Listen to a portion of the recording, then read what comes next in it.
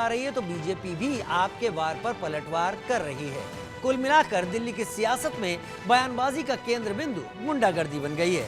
इसका फायदा किसे मिलेगा, किसे नुकसान होगा, देश का सवाल में अगले कुछ मिनट में इस पर चर्चा करेंगे। हमारे साथ कुछ मेहमान भी होंगे, लेकिन सबसे पहले इस रिपोर्ट पर नजर डालिए।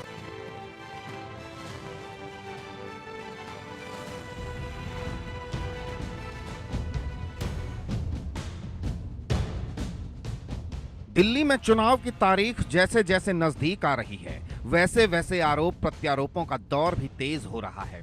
बयानबाजी के तीर चल रहे हैं। बीजेपी और आम आदमी पार्टी के नेता एक दूसरे को घेरने पर लगे हैं और अब बात गुंडागर्दी पर आ चुकी है। इस चुनावी फिल्म में रोमांचक मोड़ तब आया जब आम आदमी पार्टी ने भारतीय जनता पार्टी पर हमले का आरोप लगाया। आप और बीजेपी एक दूसरे पर हमला कराने का आरोप लगा रही हैं। दोनों दलों के बीच तलवारें खिंच गई हैं। एक बार फिर दिल्ली के रण के दिग्गज आमने सामने आ गए हैं। आम आदमी पार्टी ने आरोप लगाया कि नई दिल्ली के गोल मार्केट के पास चुनाव प्रचार के दौरान शनिवार दोपहर पार्टी के राष्ट्रीय संयोजक अरविंद केजरीवाल की कार पर भाजपा कार्यकर्ताओं ने पत्थर फेंककर हमला किया। केजरीवाल ने कह दिया कि भाजपा के चुनाव प्रचार का तरीका ऐसा ही है। देखिए, इस बार हम जिस तरह का कैंपेन देख रहे हैं, दिल्ली के लोगों ने इस तरह का कैंपेन देखा नहीं है। इस तरह की हिंसा आज तक दिल्ली के लोगों ने देखी नहीं है, जिसमें एक पूर्व मुख्यमंत्री के ऊपर कातिलाना हमला करने की कोशिश की जाए। लेकिन मैंने हमेशा कहा है कि मैं देश के लिए, समाज के लिए मेरा जीवन समर्पित है। वो अपने तरीके, वो इसी तरह से, वो हार रहे हैं बुरी तरह से, वो इसी तरह से चुनाव लड़ना जानते हैं, वो इस तरह से अपनी कैंपेनिंग करें। मैं लोगों के काम के लिए, लोगों की योजनाओं के लिए, लोगों के भले के लिए, उनके विकास के लिए योजनाएं ऐलान कर रहा हूं, अपना काम बता रहा हूं। हम उस तरह से अपना कैंपेन कर रहे हैं। दिल्ली की मुख्यमंत्री आतिशी ने कहा, अरविंद केजरीवाल पर हमला करने में जिन लोगों के नाम सामने आए हैं वो प्रवेश वर्मा के लोग हैं। उन्होंने आगे कहा कि हमला करने वालों की प्रवेश वर्मा के साथ फोटो दिख रही है। एक आरोपी का नाम रोहित त्यागी है। आतिशी ने बकायदा इस आरोपी की एक फोटो दिखाई जिसमें रोहित प्रवेश वर्मा के साथ दिख रहा है। इनका नाम है रोहित त्यागी। रोहित त्यागी जी का अगर आप फेसबुक पेज देखिए तो उसमें भी उनकी प्रवेश वर्मा जी के साथ फोटो है। वो प्रवेश वर्मा जी के प्रचार में लगातार शामिल हुए हैं। ये आप देख सकते हैं कि जिस रोहित त्यागी जी ने गाड़ी पे हमला किया, वो रोहित त्यागी लगातार प्रवेश वर्मा के साथ है।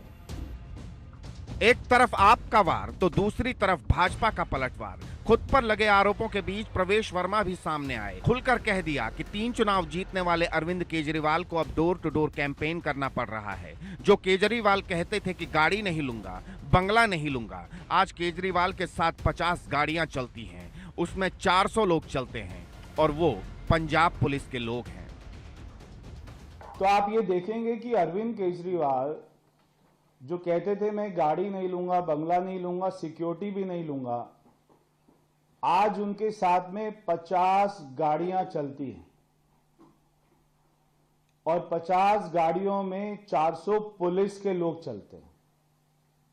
400 पुलिस चलती है और वो 400 में से 350 पुलिस के लोग सारे पंजाब से आए हुए, पंजाब पुलिस के लोग हैं। इतनी गन्स के होने के बाद कल 3 जो यहीं के असेंबली के वोटर हैं, ऐसे 3 लड़कों ने जब अरविंद केजरीवाल से बात करने की कोशिश करी, उनके हाथ में ना तो कोई डंडा था, ना कोई वेपन था, ना और भी किसी प्रकार का कोई भी हथियार था। जो 3 यहां के लड़के थे और कल उन्होंने एक लड़के का फोटो डालकर ये कहा कि वो बीजेपी का करीबी है, प्रवेश वर्मा का करीबी है। यहां के सारे 1,09,000 वोटर ही मेरे करीबी हैं। आज जो व्यक्ति दिल्ली में 11 साल मुख्यमंत्री रहा है, आज केवल 1,09,000 की वोटर की ये विधानसभा में आज उस व्यक्ति को डोर टू डोर जाना पड़ रहा है।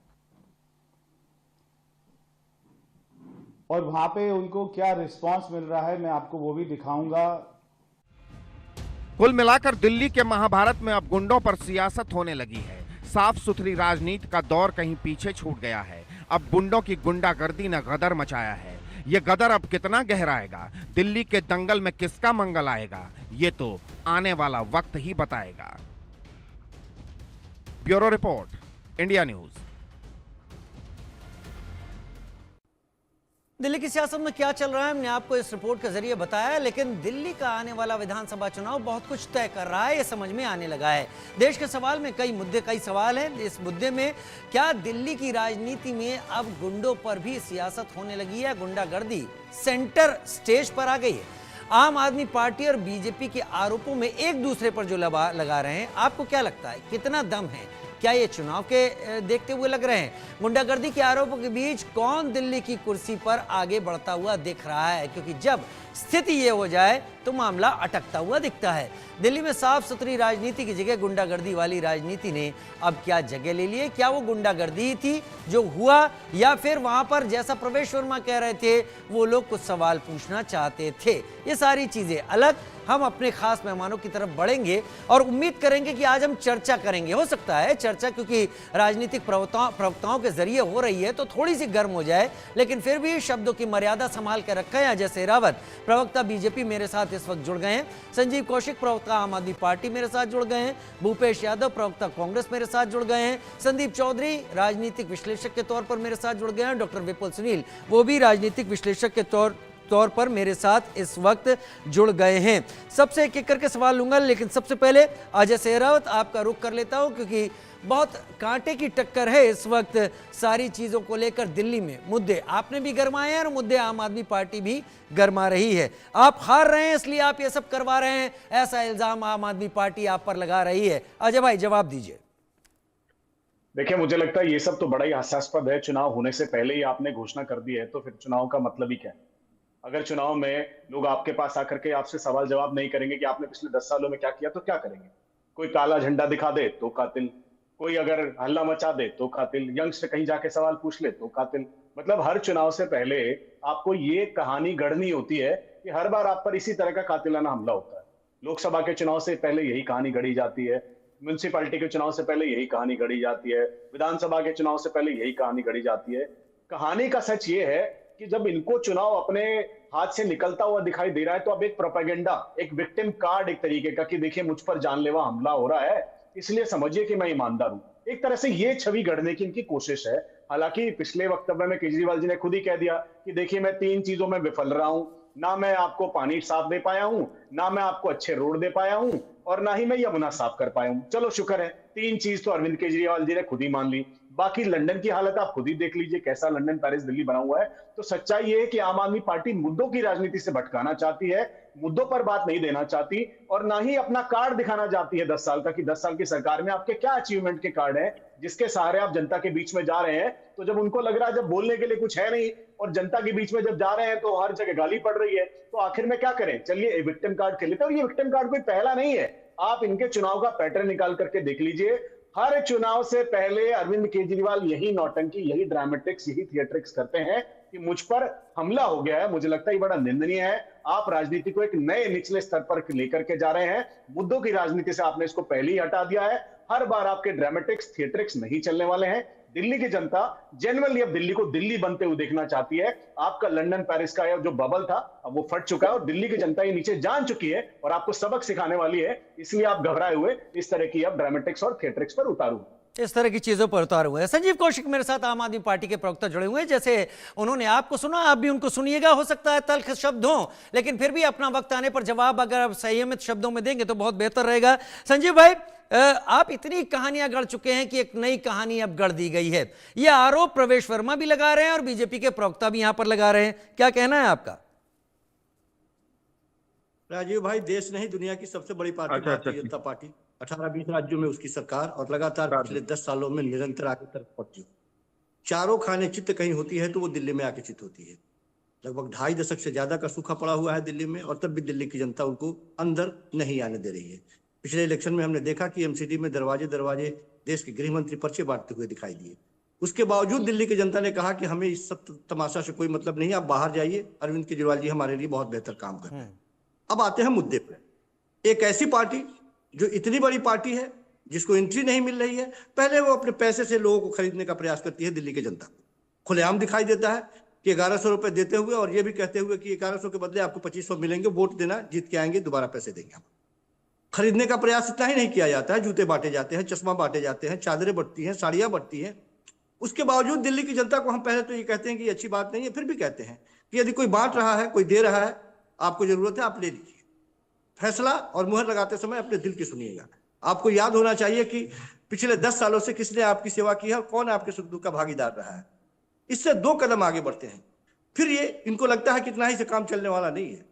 फिर ये हमारे मुख्यमंत्री को गाली देने लगते हैं, किसी और महिला नेत्री को गाली देने लगते हैं, गालीबाजों की एक लंबी फौज हो जाती है। हम पूछते हैं कि हमारे सामने हमारे मुख्यमंत्री पूर्व मुख्यमंत्री अरविंद केजरीवाल जी और नेशनल कन्वीनर के तौर पे ये चेहरा है, आपके पास यदि कोई चेहरा हो तो बताएं आप। तिलमिलाहट इतनी बढ़ जाती है कि अब एक तीसरी कहानी लेके चले आते हैं। ये कल खुलेआम आपने चलाया, आपके टीवी पे चला और तमाम देश के नेशनल टीवी पे चला कि प्रवेश वर्मा जाके हॉस्पिटल में कह रहे हैं कि ये हमारे कार्यकर्ता है, इनके ऊपर गाड़ी चलाने का प्रयास किया गया, इनके ऊपर चढ़ा दी गई, इनके मोबाइल टूट गए। वो खुलेआम ये बात कहते हैं, स्वीकार करते हैं। अब 2 बातें होंगी। वो यदि ये बात कहते हैं कि उनके कार्यकर्ता है, वो पूछने गए थे तो जाहिर सी बात है कि इन्होंने भेजा था, तभी इतनी तत्परता के साथ, मजबूती के साथ वो खड़े भी हैं। एक चीज मैं पूछना चाहूंगा पूरे हिंदुस्तान के लोगों से, उस वीडियो को देखने के बाद में पत्थर जितना बड़ा चला वो तो आपने भी देखा, वो यदि किसी के भी सर पे लग जाए तो प्राण पखेरु उड़ जाए, जान का खतरा हो सकता था। लेकिन किसी ने ऐसा वीडियो है किसी के पास जो गाड़ी चढ़ाते हुए किसी को दिखे, और अरविंद केजरीवाल जी आदेश दे रहे हैं कि गाड़ी चढ़ा दो। गाड़ी चढ़ाने के लिए भी अरविंद केजरीवाल 2 मिनट के लिए आदेश दे देते हैं, तो गाड़ी चला कौन रहा था? जिम्मेदारी किसकी होगी? वो कौन आदमी है? उनकी सुरक्षा में लगे हुए कौन लोग हैं? अरविंद केजरीवाल जी इसमें दोषी कहां से आ जाते हैं और अरविंद केजरीवाल कहते हैं कि गाड़ी चढ़ा दो? तो साफ दिखाई दे रहा है कि हार के डर से एक ऐसी पार्टी जो अपने घमंड में चूर है, आज बिलबिलाहट के उस दौर पर गुजर गई है कि अरविंद केजरीवाल को खत्म कर देने की साजिश रच रही है। इससे पहले जेल में खत्म करने की साजिश, दवा समय पर नहीं देना सबसे बेहतर तरीका, उसके लिए जब जानकारी हुई हमने हल्ला मचाया, फिर सारी चीजें वहां पे दुरुस्त हुई। अब खुलेआम इनके कार्यकर्ता अब कार्यालय से बाहर नहीं निकलिए, आप क्षेत्र में नहीं जाइए, आप प्रचार नहीं कर सकते हैं, हम इसी तरह से अपने गुंडों को भेजेंगे। तो ये गुंडों की पार्टी है, बदतमीज और गालीबाजियों की पार्टी है, ये दिल्ली की जनता को खरीदने वाली पार्टी है। इसे लग गया है कि इस बार भी दिल्ली की जनता हमारा सूखा नहीं तोड़ने वाली है, इस वजह से वे इस तरह की राजनीति कर रहे हैं। मैं तो लगातार कह रहा हूं कि आप मुद्दों की राजनीति कीजिए, हमसे पूछिए पानी के बारे में, बिजली के बारे में, शिक्षा के बारे में, स्वास्थ्य के बारे में। ये कहते हैं कि हम जवाब नहीं देते हैं।